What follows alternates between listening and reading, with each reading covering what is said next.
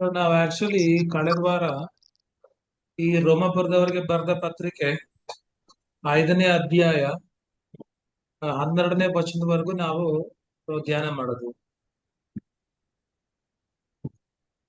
ಆದ್ರೆ ವಿಶೇಷವಾಗಿ 12ನೇ ವಚನವನ್ನ ನಾವು ನೋಡೋದೇ ಆದ್ರೆ 12ನೇ ವಚನದಲ್ಲಿ ಅಪೊಸ್ತಲನಾದಂತ ಪೌಲ್ನ ಹೇಳ್ತಕ್ಕಂಥದ್ದು ಏನಂತ ಹೇಳಿದ್ರೆ, ಈ ವಿಷಯ ಹೇಗೆಂದರೆ ಒಬ್ಬ ಮನುಷ್ಯನಿಂದಲೇ ಪಾಪವು, ಪಾಪದಿಂದ ಮರಣವು ಲೋಕದೊಳಗೆ ಸೇರಿದವು. ಎಲ್ಲರೂ ಪಾಪ ಮಾಡಿದ್ದರಿಂದ ಮರಣವು ಹೀಗೆ ಎಲ್ಲರಲ್ಲಿಯೂ ವ್ಯಾಪಿಸಿತು ಎಂಬುದಾಗಿ ಅಪೊಸ್ತಲನಾದಂತ ಪೌಲ್ ಹೇಳ್ತಾ ಇರ್ತಾರೆ. ಇಲ್ಲಿ ಬಹಳ ಸ್ಪಷ್ಟವಾಗಿ ಹೇಳ್ತಕ್ಕಂಥ ಒಂದು ವಿಷಯ ಏನಪ್ಪಾ ಅಂತ ಹೇಳಿದ್ರೆ, ಪಾಪ ಲೋಕದೊಳಗೆ ಯಾವ ರೀತಿ ಪ್ರವೇಶ ಮಾಡುತ್ತೆ, ಅಥವಾ ಯಾವ ರೀತಿ ಪಾಪ ಲೋಕದೊಳಗೆ ಮಾತ್ರ ಅಲ್ಲ ಮನುಷ್ಯರ ಜೀವನದಲ್ಲಿ ಸೇರ್ಕೊಳ್ತು ಎಂಬತಕ್ಕಂಥದ್ದನ್ನ ಬಹಳ ಸ್ಪಷ್ಟವಾಗಿ ಇಲ್ಲಿ ಅಪೊಸ್ತಲನಾದಂತ ಪೌಲನು ಹೇಳ್ತಾ ಇರ್ತಕ್ಕಂಥದ್ದನ್ನ ನಾವು ಗಮನಿಸಬಹುದು.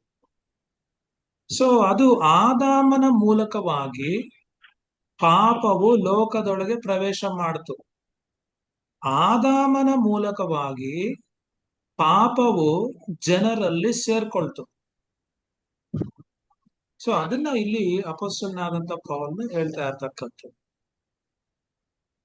ಸೊ ಹೇಗೆ ಆದಾಮನ ಮೂಲಕ ಪಾಪವು ಲೋಕದೊಳಗೆ ಬಂತೋ, ಯಾವ ರೀತಿ ಆದಾಮನ ಮೂಲಕ ಪಾಪವು ಪ್ರತಿಯೊಬ್ಬರ ಜೀವನದಲ್ಲೂ ಸೇರ್ಕೊಳ್ತೋ, ಅದೇ ರೀತಿ ಪಾಪದ ಮೂಲಕ ಮರಣ ಕೂಡ ಎಲ್ಲರಲ್ಲಿಯೂ ಪ್ರವೇಶಿಸಿತು ಎಂಬುದಾಗಿ ಅಪೊಸ್ತಲನಾದಂತ ಪೌಲನು ಈ ವಾಕ್ಯದಲ್ಲಿ ಹೇಳ್ತಾ ಇರ್ತಕ್ಕಂಥದ್ದು.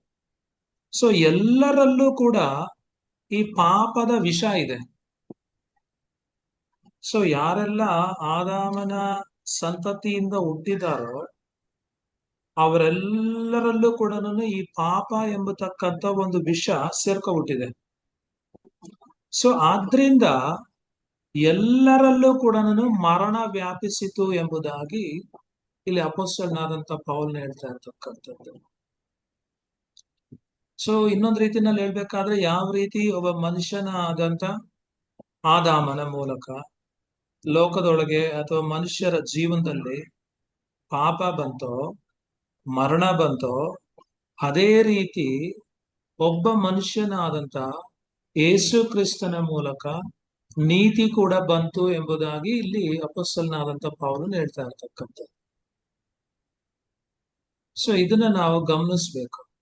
ಯಾಕೆಂತ ಹೇಳಿದ್ರೆ ಅಪೊಸ್ತಲನಾದಂತ ಪೌಲನು ಇಲ್ಲಿ ಯೇಸು ಕ್ರಿಸ್ತನ ಒಂದು ಇದನ್ನ ಆದಾಮನ ಒಂದು ಕ್ಯಾರೆಕ್ಟರ್ ಅನ್ನ ತಗೊಂಡು ಎರಡನ್ನು ಕೂಡ ಕಂಪೇರ್ ಮಾಡಿ, ಕಾಂಟ್ರಾಸ್ಟ್ ಮಾಡಿ ಒಂದು ಸತ್ಯವನ್ನ ತಿಳಿಸೋದಿಕ್ಕೆ ಅಪೊಸ್ತಲನಾದಂತ ಪೌಲನು ಪ್ರಯತ್ನ ಪಡ್ತಾ ಇರ್ತಕ್ಕಂಥದ್ದು. ಸೊ ಇಲ್ಲಿ ಆದಾಮನನ್ನ ಒಬ್ಬ ಮನುಷ್ಯನ್ ಎಂಬುದಾಗಿ ಕರೆಯುವಾಗ, ಅದೇ ರೀತಿ ಯೇಸು ಕ್ರಿಸ್ತನನ್ನು ಕೂಡ ಒಬ್ಬ ಮನುಷ್ಯನ್ ಎಂಬುದಾಗಿ ಅಪೊಸ್ತಲನಾದಂತ ಪೌಲನು ಕರೀತಾ ಇರ್ತಾರೆ. ಸೊ ಇಲ್ಲಿ ಇಬ್ಬರು ಮನುಷ್ಯರ ಬಗ್ಗೆ ಅಪೊಸ್ತಲನಾದಂತ ಪೌಲನು ಮಾತಾಡ್ತಾ ಇರ್ತಕ್ಕಂಥದ್ದು. ಈ ಇಬ್ಬರು ಮನುಷ್ಯರು ಕೂಡ ಬಹಳ ಪ್ರಾಮುಖ್ಯವಾದಂತ ವ್ಯಕ್ತಿಗಳು. ಸೊ ಒಂದು ಆದಾಮ್, ಇನ್ನೊಂದು ಯೇಸು ಕ್ರಿಸ್ತ. ಸೊ ಆದಾಮನಿಗೆ ಮೊದಲನೆಯ ಮನುಷ್ಯನಾದ ಆದಾಮನ್ ಎಂಬುದಾಗಿ ಕರೆಯೋದೇ ಆದ್ರೆ, ಯೇಸು ಕ್ರಿಸ್ತನಿಗೆ ಕಡೆಯ ಆದಾಮನ್ ಎಂಬುದಾಗಿ ಅಪೊಸ್ತಲನಾದಂತ ಪೌಲನು ಕರೀತಾ ಇರ್ತಾರೆ. ಸೊ ಅದಕ್ಕೆ ನಾವು ಈ ಕೊರಿಂಥದವರಿಗೆ ಬರೆದ ಪತ್ರಿಕೆ 15ನೇ ಅಧ್ಯಾಯ 45ನೇ ವಾಕ್ಯವನ್ನ ನೀವು ಬೈಬಲ್ ತೆಗೆದು ನೋಡೋದೇ ಆದ್ರೆ, 1 ಕೊರಿಂಥ 15:45 ಅಲ್ಲಿ ಅಪೊಸ್ತಲನಾದಂತ ಪೌಲ್ ಹೇಳ್ತಕ್ಕಂಥ ವಿಷಯ ಏನಪ್ಪಾ ಅಂತ ಹೇಳಿದ್ರೆ, ಮೊದಲನೆಯ ಮನುಷ್ಯನಾದ ಆದಾಮನು ಬದುಕುವ ಪ್ರಾಣಿಯಾದನೆಂದು ಬರೆದಿದೆಯಲ್ಲ, ಕಡೆಯ ಆದಾಮನು ಬದುಕಿಸುವ ಆತ್ಮನೆಂಬುದಾಗಿ ಇಲ್ಲಿ ಹೇಳ್ತಾ ಇರ್ತಕ್ಕಂಥದ್ದು. ಸೊ ಇಬ್ಬರಿಗೂ ಇರ್ತಕ್ಕಂಥ ವ್ಯತ್ಯಾಸ ಏನು ಅಂತ ಹೇಳಿದ್ರೆ, ಮೊದಲನೆಯ ಆದಾಮನು ಏದೆನ್ ತೋಟದಲ್ಲಿ ದೇವರು ಸೃಷ್ಟಿ ಮಾಡಿ ಇಟ್ಟಂತ ಆದಾಮನು, ಅವನು ಬದುಕುವ ಪ್ರಾಣಿ ಅಷ್ಟೇ.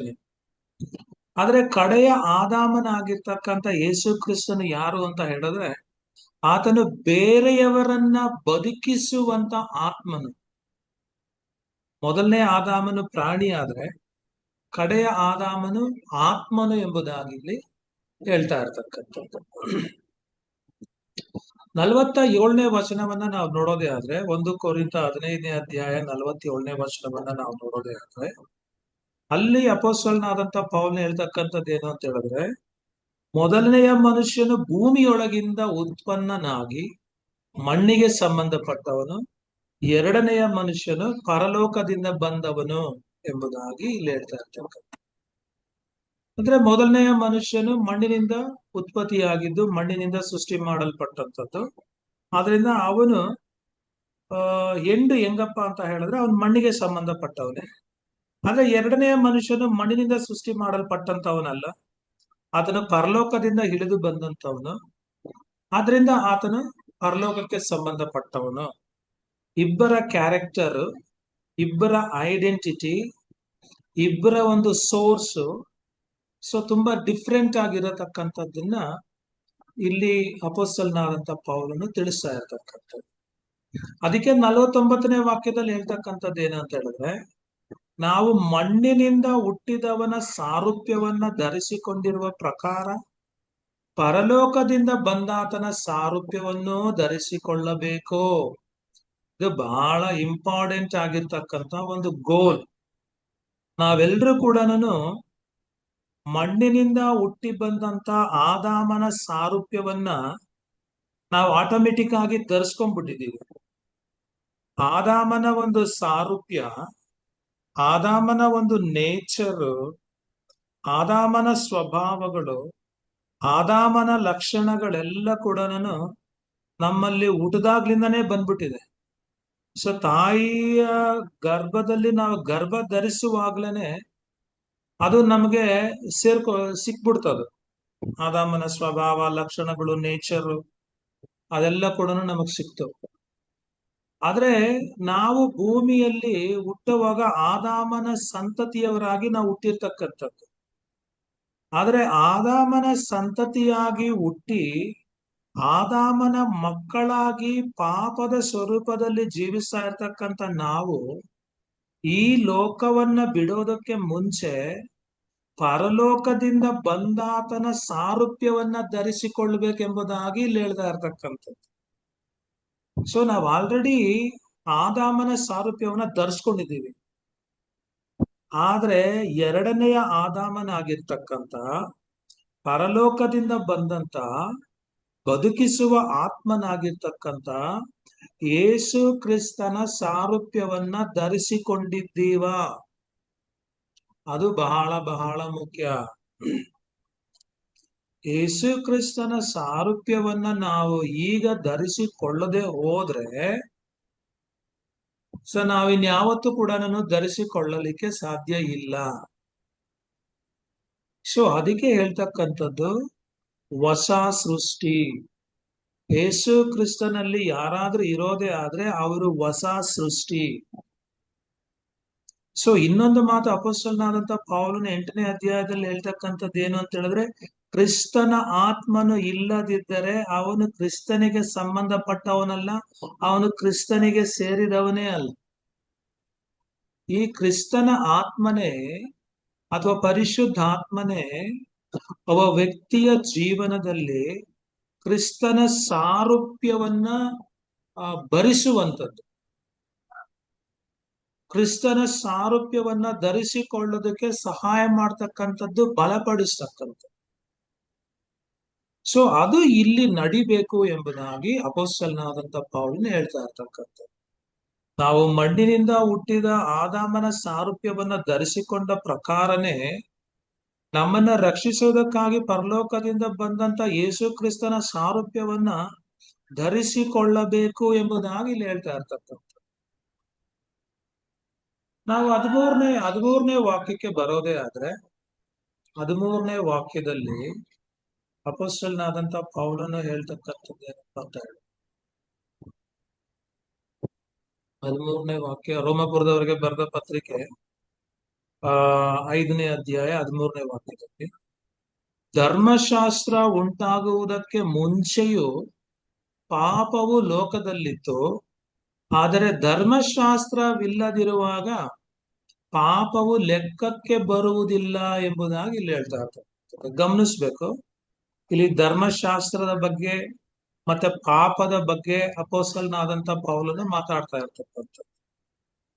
ಸೊ ಇಲ್ಲಿ ಅಪೊಸ್ತಲನಾದಂತ ಪೌಲನು ಹೇಳ್ತಾ ಇರ್ತಕ್ಕಂಥದ್ದು ಏನು ಅಂತ ಹೇಳಿದ್ರೆ, ದೇವರು ಧರ್ಮಶಾಸ್ತ್ರವನ್ನ ಅಥವಾ ನ್ಯಾಯ ಪ್ರಮಾಣವನ್ನ ಕೊಡುವುದಕ್ಕೆ ಮುಂಚಿನಿಂದಲೂ ಕೂಡ ಈ ಪಾಪ ಲೋಕದಲ್ಲಿತ್ತು, ಈ ಪಾಪ ಮನುಷ್ಯರ ಜೀವನದಲ್ಲಿತ್ತು.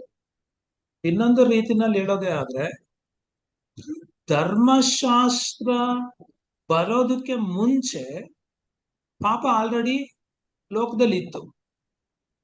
ಆದ್ರೆ ಒಂದೇನಪ್ಪಾ ಅಂತ ಹೇಳಿದ್ರೆ, ಧರ್ಮಶಾಸ್ತ್ರ ಇಲ್ಲದೆ ಇದ್ದದ್ದರಿಂದ ಪಾಪವು ಲೆಕ್ಕಕ್ಕೆ ಬರೋದಿಲ್ಲ ಎಂಬುದಾಗಿ ಇಲ್ಲಿ ಅಪೊಸ್ತಲನಾದಂತ ಪೌಲನು ಹೇಳ್ತಾ ಇರ್ತಕ್ಕಂಥದ್ದು. ಅಂದ್ರೆ ಧರ್ಮಶಾಸ್ತ್ರವನ್ನ ನೀಡುವವರೆಗೂ, ದೇವರು ಧರ್ಮಶಾಸ್ತ್ರವನ್ನ ಮೋಶೆಯ ಮೂಲಕ ಇಸ್ರಾಯೇಲ್ ಜನರಿಗೆ ಕೊಡೋವರೆಗೂ ಕೂಡ ಈ ಪಾಪವನ್ನ ವ್ಯಕ್ತಿಗಳ ಒಂದು ಲೆಕ್ಕದಲ್ಲಿ, ಯಾರಾದ್ರೂ ಒಬ್ರು ಪಾಪ ಮಾಡಿದ್ದಾರೆ ಅಂತ ಹೇಳಿದ್ರೆ ಆ ವ್ಯಕ್ತಿಯ ಲೆಕ್ಕದಲ್ಲಿ ಸೇರಿಸೋದಕ್ಕೆ ಇದು ಆಗ್ತಾ ಇರ್ಲಿಲ್ಲ ಎಂಬುದಾಗಿ ಇಲ್ಲಿ ಹೇಳ್ತಾ ಇರ್ತಕ್ಕಂಥದ್ದು. ಉದಾಹರಣೆಗೆ, ಆದಾಮನು ಪಾಪ ಮಾಡ್ದ, ಕಾಯಿನನು ಕೂಡ ಪಾಪ ಮಾಡ್ದ. ಆದಾಮನು ಪಾಪ ಮಾಡುವಾಗ, ಕಾಯಿನನು ಪಾಪ ಮಾಡುವಾಗ ಧರ್ಮಶಾಸ್ತ್ರ ಇತ್ತ? ಧರ್ಮಶಾಸ್ತ್ರ ಇರ್ಲಿಲ್ಲ. ಆದ್ರೆ ಅವರ ಪಾಪವನ್ನ ದೇವರು ಲೆಕ್ಕಕ್ಕೆ ತೆಗೆದುಕೊಂಡ ಅಂತ ಕೇಳಿದ್ರೆ ಲೆಕ್ಕಕ್ಕೆ ತೆಗೆದುಕೊಂಡ. ಹೆಂಗೆ ಅಂತ ಹೇಳಿದ್ರೆ, ಧರ್ಮಶಾಸ್ತ್ರ ಇಲ್ಲದೆ ಇದ್ದಂತ ಸಂದರ್ಭದಲ್ಲೂ ಕೂಡ ದೇವರು ಅವರಿಗೆ ಆಜ್ಞೆಗಳನ್ನ ಕೊಟ್ಟ, ದೇವರು ಅವರಿಗೆ ಎಚ್ಚರಿಕೆಯನ್ನ ನೀಡಿದ, ದೇವರು ಅವರಿಗೆ ವಾರ್ನಿಂಗ್ಸ್ ಅನ್ನ ಕೊಟ್ಟ. ಏನು ವಾರ್ನಿಂಗ್? ಉದಾಹರಣೆಗೆ ಆದಿಕಾಂಡ 2ನೇ ಅಧ್ಯಾಯ 16-17 ನಾವು ಓದೋದೇ ಆದ್ರೆ, ಅಲ್ಲಿ ಆದಾಮನಿಗೆ ದೇವರು ಬಹಳ ಸ್ಪಷ್ಟವಾಗಿ ಹೇಳ್ತಾ ಇರ್ತಕ್ಕಂಥ ವಿಷಯ ಏನಪ್ಪಾ ಅಂತ ಹೇಳಿದ್ರೆ, ಯೆಹೋವ ದೇವರು ಆ ಮನುಷ್ಯನಿಗೆ, ನೀನು ತೋಟದಲ್ಲಿರುವ ಎಲ್ಲಾ ಮರದ ಹಣ್ಣುಗಳನ್ನು ಯಥೇಚ್ಛವಾಗಿ ತಿನ್ನಬಹುದು, ಒಳ್ಳೆಯದರ ಕೆಟ್ಟದ್ದರ ಅರುವನ್ನು ಹುಟ್ಟಿಸುವ ಮರದ ಹಣ್ಣನ್ನು ತಿನ್ನಬಾರದು, ತಿಂದ ದಿನ ಸತ್ತೇ ಹೋಗುವಿ ಎಂದು ಹೇಳಿದನು. ನೋಡ್ರಿ, ಕ್ಲಿಯರ್ ಆಗಿ ದೇವರ ಎಚ್ಚರಿಕೆಯನ್ನ ಕೊಡ್ತಾ ಇದ್ದಾರೆ, ಕ್ಲಿಯರ್ ಆಗಿ ತಿನ್ನಬಾರದು ಎಂಬುದಾಗಿ ಆಜ್ಞೆಯನ್ನ ಕೊಡ್ತಾ ಇದ್ದಾರೆ. ಸೊ ಅದರಿಂದ ಅವನು ಅದನ್ನ ಅನುಭವಿಸ್ಬೇಕಾಗುವಂತ. ಆದ್ರೆ ಅದೇ ರೀತಿಯಾಗಿ ಆದಿಕಾಂಡ 4:7 ನೋಡೋದೇ ಆದ್ರೆ, ದೇವರು ಕಾಯಿನ್ ಹತ್ರ ಹೇಳ್ತಕ್ಕಂಥದ್ದು ಏನಪ್ಪಾ ಅಂತ ಹೇಳಿದ್ರೆ, ಯಾಕೆ ಕೋಪಿಸಿಕೊಂಡಿರು, ನಿನ್ನ ತಲೆ ಯಾಕೆ ಬೊಗ್ಗಿತು, ಒಳ್ಳೆ ಕೆಲಸ ಮಾಡಿದರೆ ನಿನ್ನ ತಲೆ ಎತ್ತಲ್ಪಡುವುದಲ್ಲವೇ, ಅಲ್ಲದಿದ್ದರೆ ಪಾಪವು ನಿನ್ನನ್ನ ಹಿಡಿಯಬೇಕೆಂದು ಬಾಗಿಲಲ್ಲಿ ಹೊಂಚಿಕೊಂಡಿರುವುದು, ಆದರೂ ನೀನು ಅದನ್ನ ವಶ ಮಾಡಿಕೊಳ್ಳಬೇಕು ಎಂದು ಹೇಳಿದನು. ನೋಡ್ರಿ, ಅಲ್ಲಿ ಆಲ್ರೆಡಿ ದೇವರು ಕಾಯಿನಿಗೆ ಎಚ್ಚರಿಕೆಯನ್ನ ಕೊಡ್ತಾ ಇದ್ದಾರೆ. ದೇವರ ಎಚ್ಚರಿಕೆಯನ್ನ ಕೊಟ್ಟರು ಕೂಡ ಅವನು ಅದನ್ನ ನೆಗ್ಲೆಕ್ಟ್ ಮಾಡಿ ಅಲ್ಲಿ ಪಾಪ ಮಾಡ್ತಾ ಇರ್ತಕ್ಕಂಥದ್ದು. ಆದಾಮನಿಗೆ ಎಚ್ಚರಿಕೆಯನ್ನ ಕೊಡ್ತಾರೆ, ಆದಾಮನಿಗೆ ಎಚ್ಚರಿಕೆಯನ್ನ ಕೊಟ್ಟರು ಕೂಡ ಅದನ್ನ ನೆಗ್ಲೆಕ್ಟ್ ಮಾಡಿ ಆ ಆಜ್ಞೆಗೆ ವಿರುದ್ಧವಾಗಿ ಪಾಪ ಮಾಡ್ತಾ ಇರ್ತಕ್ಕಂಥದ್ದು. ಸೊ ಅದಕ್ಕೆ ಅವರ ಒಂದು ಲೆಕ್ಕಕ್ಕೆ ದೇವರು ಪಾಪವನ್ನ ಸೇರಿಸ್ಬೇಕಾಗುತ್ತೆ. ನಾವು 14ನೇ ವಚನಕ್ಕೆ ಬರೋದೇ ಆದ್ರೆ, 14ನೇ ವಚನದಲ್ಲಿ 14-15 ವಚನಗಳನ್ನ ನಾವು ಓದೋದೇ ಆದ್ರೆ, ಅಲ್ಲಿ ಹೇಳ್ತಕ್ಕಂಥ ವಿಷಯ ಏನಪ್ಪಾ ಅಂತ ಹೇಳಿದ್ರೆ, ಆದರೂ ಆದಾಮನ ಕಾಲದಿಂದ ಮೋಶೆಯ ಕಾಲದವರೆಗೂ ಮರಣದ ಆಳ್ವಿಕೆಯು ನಡೆಯುತ್ತಿತ್ತು. ಆದಾಮನು ದೇವರಾಜ್ಞೆ ಮೀರಿ ಮಾಡಿದ ಪಾಪಕ್ಕೆ ಸಮಾನವಾದ ಪಾಪವನ್ನ ಮಾಡದೇ ಇದ್ದವರ ಮೇಲೆಯೂ ಅದು ನಡೆಯುತ್ತಿತ್ತು. ಆ ಆದಾಮನು ಬರಬೇಕಾದ ಒಬ್ಬಾತನಿಗೆ ಸೂಚಕ ಪುರುಷನಾಗಿದ್ದಾನೆ ಎಂಬುದಾಗಿ ಇಲ್ಲಿ ಹೇಳ್ತಾ ಇರ್ತಕ್ಕಂಥದ್ದು. ಸೊ ಇದನ್ನ ನೀವು ಗಮನಿಸೋದೇ ಆದ್ರೆ ಫಸ್ಟ್ ಇಲ್ಲಿ ಅಪೊಸ್ತಲನಾದಂತ ಪೌಲ್ ಹೇಳೋದೇನು ಅಂತ ಹೇಳಿದ್ರೆ, ಧರ್ಮಶಾಸ್ತ್ರ ಉಂಟಾವುದಕ್ಕೆ ಮುಂಚೆಯೂ ಪಾಪ ಲೋಕದಲ್ಲಿತ್ತು, ಆದ್ರೆ ಧರ್ಮಶಾಸ್ತ್ರವಿಲ್ಲದಿರುವಾಗ ಪಾಪವು ಲೆಕ್ಕಕ್ಕೆ ಬರೋದಿಲ್ಲ ಎಂಬುದಾಗಿ. ಅದ್ ಹೇಳಿದ ನಂತರ ಹೇಳೋದೇನಂತ ಹೇಳಿದ್ರೆ, ಆದರೂ ಆದಾಮನ ಕಾಲದಿಂದ ಮೋಶೆಯ ಕಾಲದವರೆಗೂ ಮರಣದ ಆಳ್ವಿಕೆ ನಡೀತಾ ಇತ್ತು. ಅಂದ್ರೆ ಪಾಪವು ಲೋಕದಲ್ಲಿತ್ತು, ಪಾಪವು ಆದಾಮನ ಮೂಲಕ ಲೋಕಕ್ಕೆ ಬಂತು, ಮತ್ತು ಪಾಪದ ಸಂಬಳ ಮರಣ. ಸೊ ಅದರಿಂದ ಮರಣ ಮನುಷ್ಯರ ಜೀವನದಲ್ಲಿ ಆಳ್ವಿಕೆ ಮಾಡ್ತಾ ಇತ್ತು, ಆಳ್ವಿಕೆ ನಡೆಸ್ತಾ ಇತ್ತು. ಆದಾಮನ ಕಾಲದಿಂದ ಮೋಶೆಯ ಕಾಲದವರೆಗೂ ಮರಣದ ಆಳ್ವಿಕೆ ನಡೀತಾ ಇತ್ತು ಎಂಬುದಾಗಿ ಇಲ್ಲಿ ಅಪೊಸ್ತಲನಾದಂತ ಪೌಲ್ ಹೇಳ್ತಾ ಇರ್ತಕ್ಕಂಥ. ಆದಾಮನು 930 ವರ್ಷ ಬದುಕಿದ್ರು ಕೂಡ ಆತನ್ ಸಾಯ್ಬೇಕಾಗಿ ಬಂತು.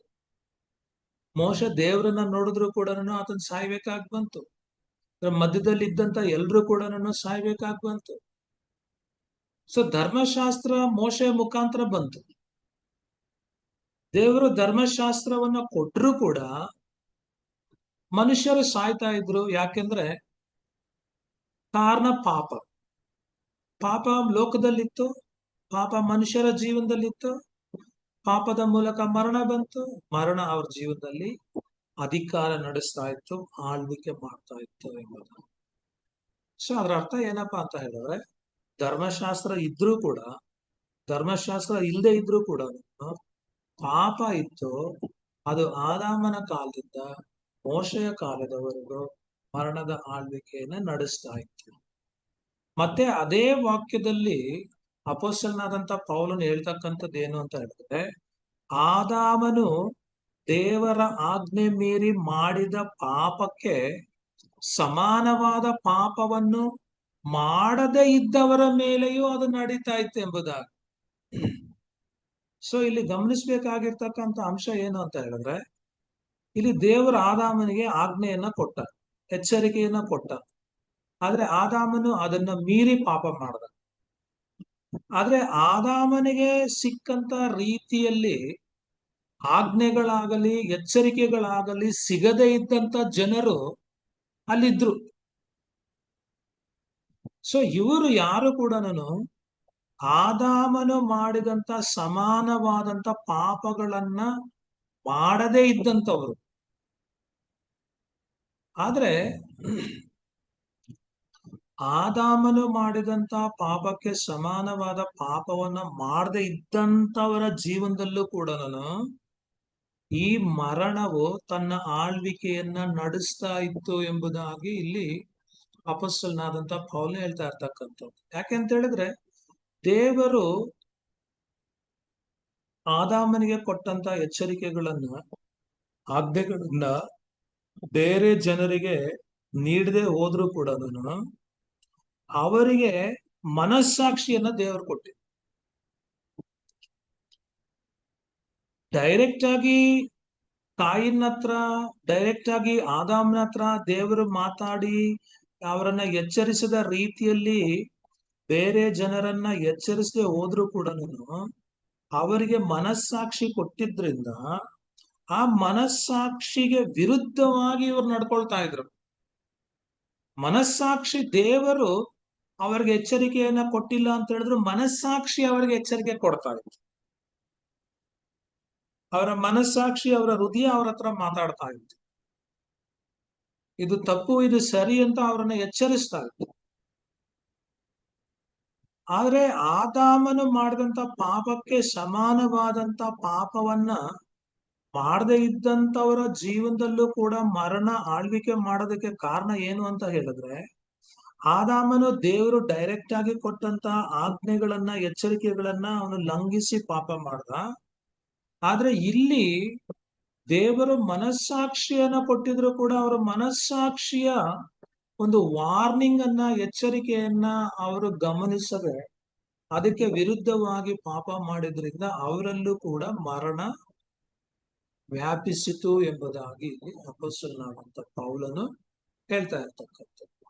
ನಾನು ಆಲ್ರೆಡಿ ನಿಮ್ಗೆ ಹೇಳಿದ್ದೆ, ರೋಮಪುರದವರಿಗೆ ಬರೆದ ಪತ್ರಿಕೆ 2ನೇ ಅಧ್ಯಾಯ 14-15ರಲ್ಲಿ ಯಾವ ರೀತಿ ಅಪೊಸ್ತಲನಾದಂತ ಪೌಲನು ಒಬ್ಬ ಮನುಷ್ಯನ ಜೀವನದಲ್ಲಿ ಮನಸ್ಸಾಕ್ಷಿ ಕೆಲಸ ಮಾಡುತ್ತೆ ಎಂಬುದಾಗಿ ವಿವರಿಸಿದ್ದಾನೆ ಅಂತಕ್ಕಂಥ ಒಂದು ವಿಷಯನ ನಾನು ನಿಮ್ಗೆ ಹೇಳಿದೆ. ಆದ್ರೆ ಆ ವಾಕ್ಯ ಹೇಳ್ತಕ್ಕಂಥದ್ದೇನು ಅಂತ ಹೇಳಿದ್ರೆ, ರೋಮ 2:14-15ರಲ್ಲಿ ಧರ್ಮಶಾಸ್ತ್ರವಿಲ್ಲದ ಅನ್ಯ ಜನರು, ಅಂದ್ರೆ ಧರ್ಮಶಾಸ್ತ್ರ ಇಲ್ಲದೆ ಇರ್ತಕ್ಕಂಥವ್ರು.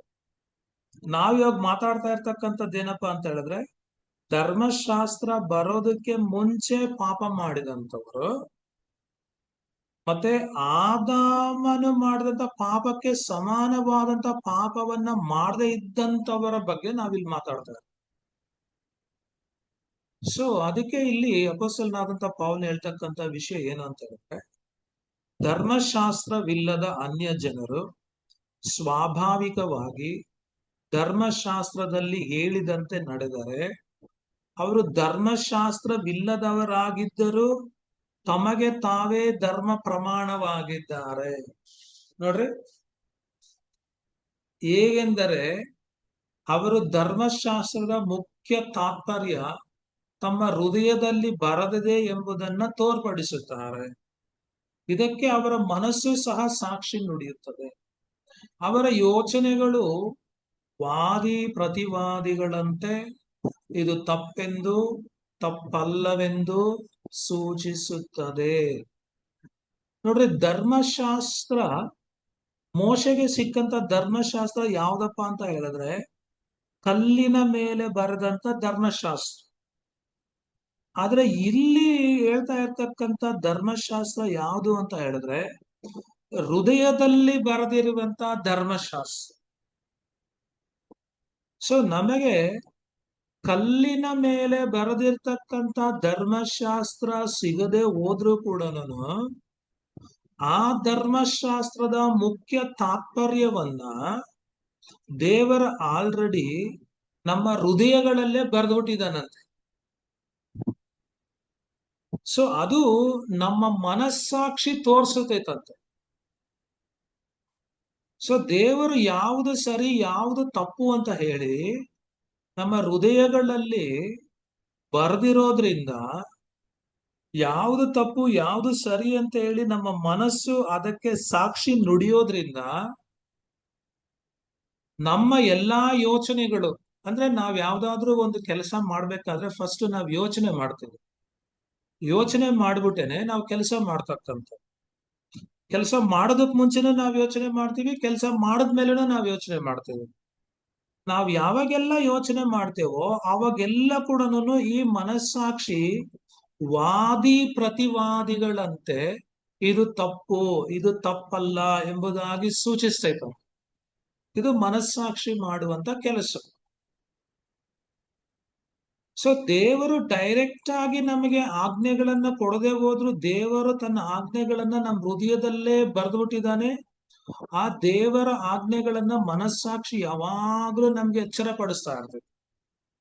ಇದು ತಪ್ಪು ಇದು ಸರಿ, ಇದು ದೇವರಿಗಿಷ್ಟ ಇದು ದೇವರಿಗಿಷ್ಟ ಇಲ್ಲ, ಇದು ಪಾಪ ಇದು ಪರಿಶುದ್ಧತೆ ಇದು ನೀತಿ ಎಂಬುದಾಗಿ ಅದು ಹೇಳ್ತಾ ಇರ್ತದೆ.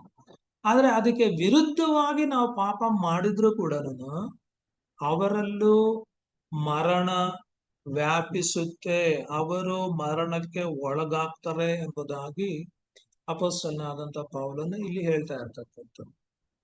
ಅದರಿಂದ ಆದಾಮನ ಕಾಲದಿಂದ ಮೋಶೆಯ ಕಾಲದವರೆಗೂ ಧರ್ಮಶಾಸ್ತ್ರ ಇಲ್ಲದೆ ಇದ್ದಂತ ಸಂದರ್ಭದಲ್ಲೂ ಆದಾಮನು ಮಾಡಿದಂತ ಪಾಪಕ್ಕೆ ಸಮಾನವಾದಂತ ಪಾಪವನ್ನ ಮಾಡದೇ ಇದ್ದಂತವರ ಜೀವನದಲ್ಲೂ ಅದು ಆಳ್ವಿಕೆ ಮಾಡ್ತಾ ಇತ್ತು. ಯಾಕೆ ಅಂತ ಹೇಳಿದ್ರೆ ಅವರೆಲ್ಲರಲ್ಲೂ ಕೂಡ ಪಾಪ ಎಂಬತಕ್ಕಂತ ವಿಷ ಸೇರ್ಕೊಂಡಿತ್ತು. ಪಾಪದ ಸಂಬಳ ಮರಣ. ಮತ್ತೆ ಇಲ್ಲಿ 14ನೇ ವಾಕ್ಯದಲ್ಲಿ ಅಪೊಸ್ತಲನಾದಂತ ಪೌಲ್ ಹೇಳ್ತಕ್ಕಂಥದ್ದು ಏನು ಅಂತ ಹೇಳಿದ್ರೆ, ಆ ಆದಾಮನು ಬರಬೇಕಾದಂತ ಒಬ್ಬಾತನಿಗೆ ಸೂಚಕ ಪುರುಷನಾಗಿದ್ದಾನೆ ಎಂಬುದಾಗಿ. ಅಂದ್ರೆ ಆದಾಮನು ಬರಬೇಕಾಗಿರ್ತಕ್ಕಂಥ ಯೇಸು ಕ್ರಿಸ್ತನಿಗೆ ಒಂದು ಸೂಚಕ ಪುರುಷನಾಗಿದ್ದ. ಸೊ ಈ ಆದಾಮನು ಈ ಮೊದಲನೆಯ ಆದಾಮನು ಕಡೆಯ ಆದಾಮನಾಗಿರ್ತಕ್ಕಂಥ ಯೇಸು ಕ್ರಿಸ್ತನನ್ನ ಸೂಚಿಸ್ತಾ ಇದ್ದಾನೆ. ಸೊ ಇನ್ನೊಂದು ರೀತಿಯಲ್ಲಿ ಅರ್ಥ ಮಾಡ್ಕೊಳ್ಬೇಕು ಏನು ಅಂತ ಹೇಳಿದ್ರೆ, ಯೇಸು ಕ್ರಿಸ್ತನಿಗೆ ಇರ್ತಕ್ಕಂಥ ಇನ್ನೊಂದು ಹೆಸರು ಏನಪ್ಪಾ ಅಂತ ಹೇಳಿದ್ರೆ ಕಡೆಯ ಆದಾಮನು ಎಂಬುದು. ಅವಾಗ ಮೊದಲನೆಯ ಆದಾಮನು ಮಾಡಿದಂತ ಎಲ್ಲಾ ತಪ್ಪುಗಳನ್ನ, ಎಲ್ಲಾ ಎಡವಟ್ಟುಗಳನ್ನ ಸರಿ ಮಾಡೋದಕ್ಕೋಸ್ಕರವಾಗಿನೇ ಕಡೆಯ ಆದಾಮನು ಪ್ರತ್ಯಕ್ಷನಾದ. ಇಬ್ಬರು ಕೂಡ ಮನುಷ್ಯ. ಸೊ 15ನೇ ವಾಕ್ಯಕ್ಕೆ ಬರೋದೇ ಆದ್ರೆ, 15ನೇ ವಾಕ್ಯದಲ್ಲಿ ಅಪೊಸ್ತಲನಾದಂತ ಪೌಲ್ ಹೇಳುವಂತ ಸಂಗತಿ ಏನಪ್ಪಾ ಅಂತ ಹೇಳಿದ್ರೆ, ಆದರೆ ಆ ಅಪರಾಧದ ಸಂಗತಿಗೂ ದೇವರ ಕೃಪಾದಾನದ ಸಂಗತಿಗೂ ಬಹಳ ಹೆಚ್ಚು ಕಡಿಮೆ ಉಂಟು.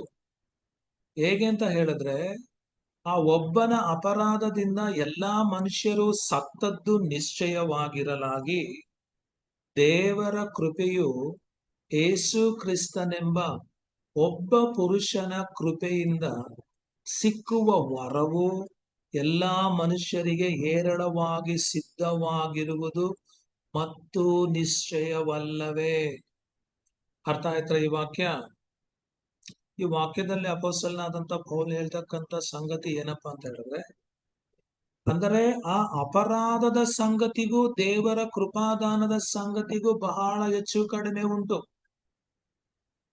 ಇಲ್ಲಿ ಎರಡು ಸಂಗತಿಗಳ ಬಗ್ಗೆ ಅಪೊಸ್ತಲನಾದಂತ ಪೌಲ್ ಮಾತಾಡ್ತಾ ಇದ್ದಾರೆ. ನೀವು ಗಮನ ಕೊಟ್ಟು ಆ ವಾಕ್ಯವನ್ನ ನೀವು ಬೈಬಲ್ ನಲ್ಲಿ ನೋಡೋದೇ ಆದ್ರೆ, ಅಲ್ಲಿ ಹೇಳ್ತಾ ಇರ್ತಕ್ಕಂಥದ್ದು ಏನು ಅಂತ ಹೇಳಿದ್ರೆ, ಎರಡು ಸಂಗತಿಗಳು.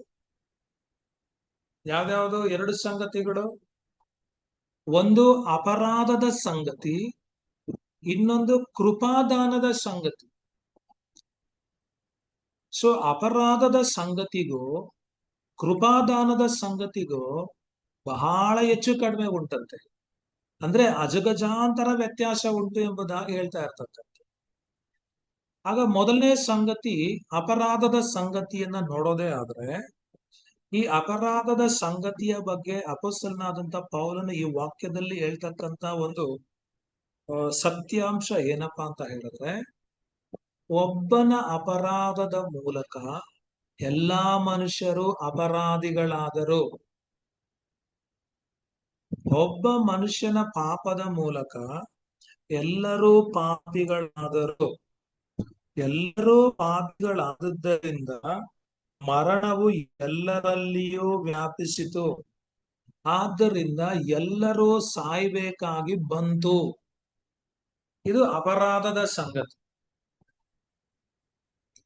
ಇನ್ನು ಕೃಪಾದಾನದ ಸಂಗತಿಯನ್ನ ನೋಡೋದೇ ಆದ್ರೆ, ಇಲ್ಲಿ ಹೇಳ್ತಕ್ಕಂಥದ್ದು ಏನಂತ ಹೇಳಿದ್ರೆ, ದೇವರ ಕೃಪೆಯು 15ನೇ ವಾಕ್ಯದಲ್ಲಿ ಅಪೊಸ್ತಲನಾದಂತ ಪೌಲ್ ಹೇಳ್ತಕ್ಕಂಥದ್ದು, ದೇವರ ಕೃಪೆಯು ಯೇಸು ಕ್ರಿಸ್ತನೆಂಬ ಒಬ್ಬ ಪುರುಷನ ಕೃಪೆಯಿಂದ ಸಿಕ್ಕುವ ವರವು ಎಲ್ಲಾ ಮನುಷ್ಯರಿಗೆ ಹೇರಳವಾಗಿ ಸಿದ್ಧವಾಗಿರುವುದು ಮತ್ತು ನಿಶ್ಚಯವಲ್ಲವೇ.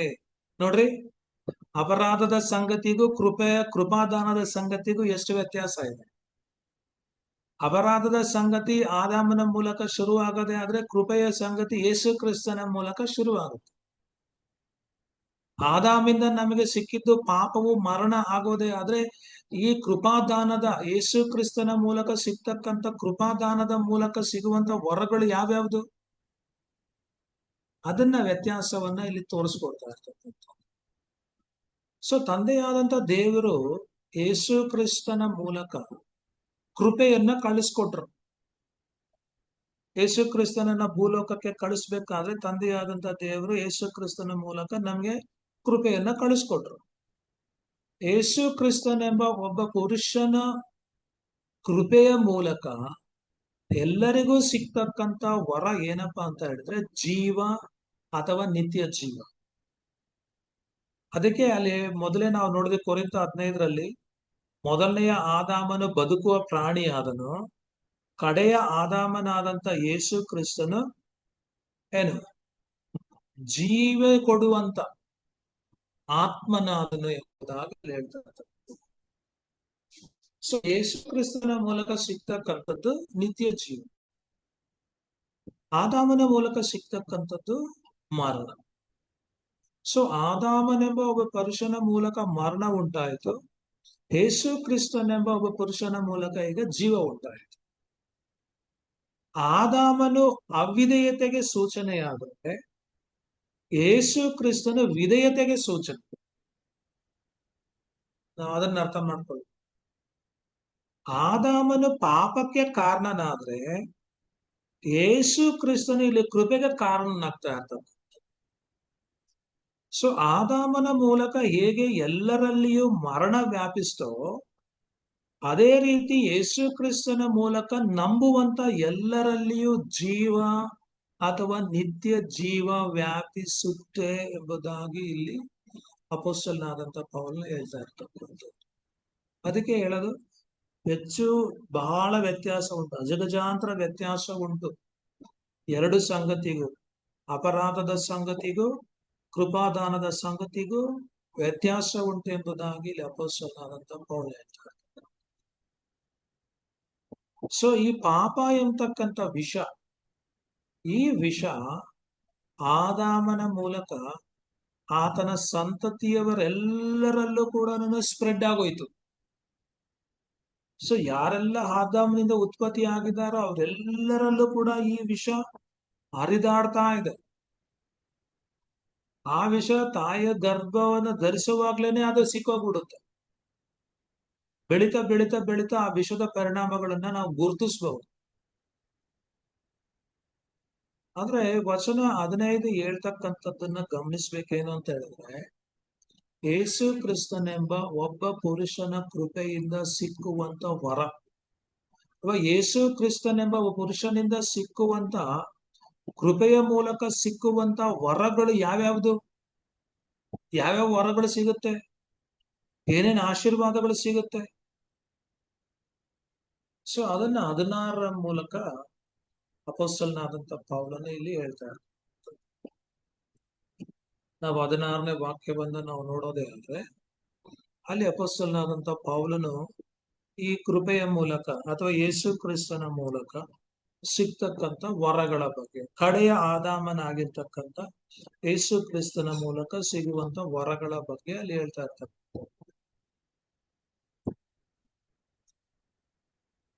16ನೇ ವಾಕ್ಯದಲ್ಲಿ ಅಪೊಸ್ತಲನಾದಂತ ಪೌಲನು ಏನ್ ಹೇಳ್ತಾ ಇರ್ತಕ್ಕಂಥದ್ದು ಅಂತ ಹೇಳಿದ್ರೆ, ಇದಲ್ಲದೆ ಪಾಪ ಮಾಡಿದ ಒಬ್ಬನಿಂದಲೇ ದುಷ್ಫಲ ಬಂದಂತೆ ಈ ವರವು ಬರಲಿಲ್ಲ.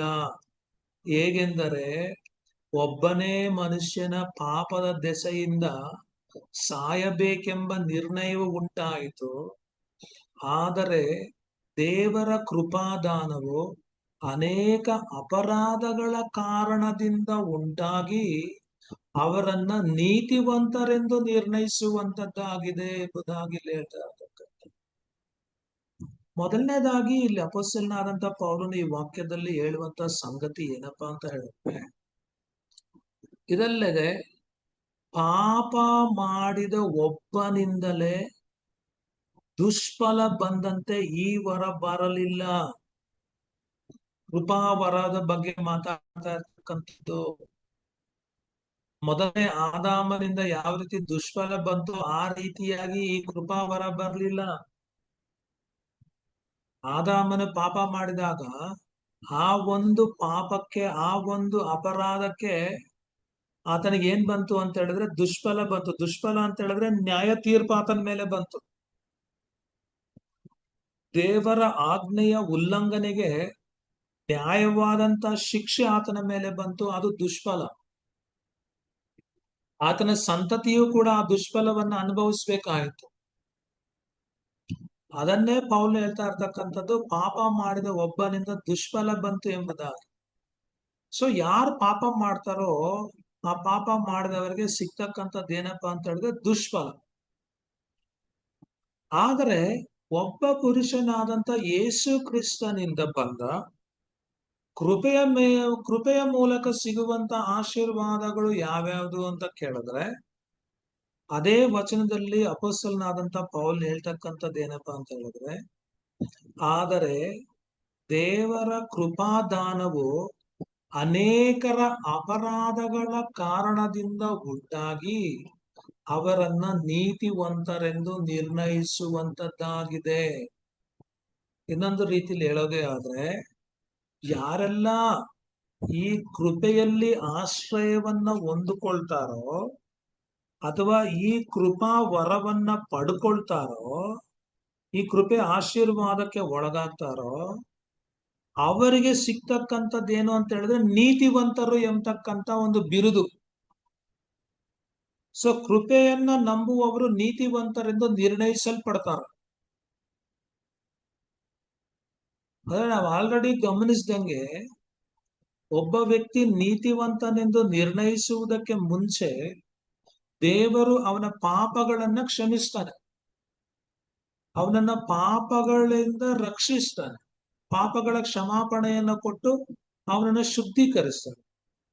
ಸೊ ಯಾರ ಪಾಪಗಳನ್ನ ಕ್ಷಮಿಸಿ ತನ್ನ ರಕ್ತದ ಮೂಲಕ ಶುದ್ಧೀಕರಿಸ್ತಾನೋ ಅವರಿಗೆ ನೀತಿವಂತರೆಂದು ನಿರ್ಣಯಿಸ್ತಾನೆ.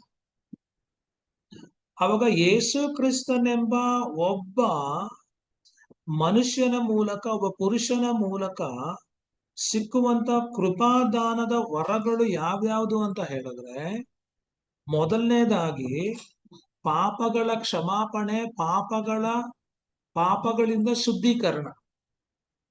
ಪಾಪಗಳಿಂದ ಶುದ್ಧೀಕರಣ ಹೊಂದಿದಂತವರು ನೀತಿವಂತರೆಂದು ನಿರ್ಣಯಿಸಲ್ಪಡ್ತಾರೆ. ನಾನು ಆಲ್ರೆಡಿ ನಿಮ್ಗೆ ಹೇಳಿದ್ದೀನಿ, ಪಾಪಗಳ ಕ್ಷಮಾಪಣೆಗೂ ನೀತಿವಂತರಾಗೋದಕ್ಕೂ ಇರ್ತಕ್ಕಂಥ ವ್ಯತ್ಯಾಸ ಏನೆಂಬುದು. ಆದ್ರೆ ಇಲ್ಲಿ ಆದಾಮನು ಒಂದೇ ಒಂದು ಪಾಪ ಮಾಡ್ದ. ಆದಾಮನು ಒಂದು ಪಾಪ ಮಾಡಿದಾಗ ಆತನಿಗೆ ಸಿಕ್ಕಿದ್ದು ಏನು, ಆತನ ಮೇಲೆ ಬಂದದ್ದು ಏನು ಅಂತ ಹೇಳಿದ್ರೆ, ಆತನಿಗೆ ಸಿಕ್ಕಿದ್ದು ದೇವರ ನ್ಯಾಯ ತೀರ್ಪು, ಆತನ ಮೇಲೆ ಬಂದದ್ದು ದೇವರ ಶಿಕ್ಷೆ. ಆದ್ರೆ ನಾವಿಲ್ಲಿ ಅನೇಕ ಪಾಪಗಳನ್ನು ಮಾಡ್ತಾ ಇದ್ದೀವಿ, ಅನೇಕ ಪಾಪಗಳನ್ನ ನಾವು ಆಲ್ರೆಡಿ ಮಾಡ್ಬಿಟ್ಟಿದ್ದೀವಿ. ಒಂದು ಪಾಪ ಮಾಡಿದಂತ ಆದಾಮನಿಗೆ ಸಿಕ್ಕಿದ್ದು ದೇವರ ನ್ಯಾಯ ತೀರ್ಪು, ದೇವರ ಶಿಕ್ಷೆ. ಆದ್ರೆ ನಮಗೇನ್ ಸಿಗುತ್ತೆ? ನಮಗೇನ್ ಸಿಗುತ್ತೆ ಅಂತ ಹೇಳಿದ್ರೆ, ಯೇಸು ಕ್ರಿಸ್ತನಲ್ಲಿ ನಂಬಿಕೆ ಇಡೋದರ ಮೂಲಕ, ಯೇಸು ಕ್ರಿಸ್ತನನ್ನ ಸ್ವೀಕರಿಸೋದರ ಮೂಲಕ, ಯೇಸು ಕ್ರಿಸ್ತನ ಕೃಪೆಯ ಮೂಲಕ ಸಿಗುವಂತದ್ದೇನು ಅಂತ ಹೇಳಿದ್ರೆ, ನನ್ನ ಪಾಪಗಳು ಕ್ಷಮಿಸಲ್ಪಟ್ಟು ನಾನು ಶುದ್ಧೀಕರಣವನ್ನ ಹೊಂತೇನೆ. ಪಾಪಗಳನ್ನು ಕ್ಷಮಾಪಣೆಯನ್ನ ಹೊಂದಿ ಶುದ್ಧೀಕರಣವನ್ನ ಹೊಂದಿದ ನಂತರ ದೇವರು ತನ್ನನ್ನ ನೀತಿವಂತನನ್ನಾಗಿ ನಿರ್ಣಯಿಸುವವನಾಗಿದ್ದಾನೆ, ನನ್ನನ್ನ ನೀತಿವಂತನನ್ನಾಗಿ ಮಾಡುವವನಾಗಿದ್ದಾನೆ.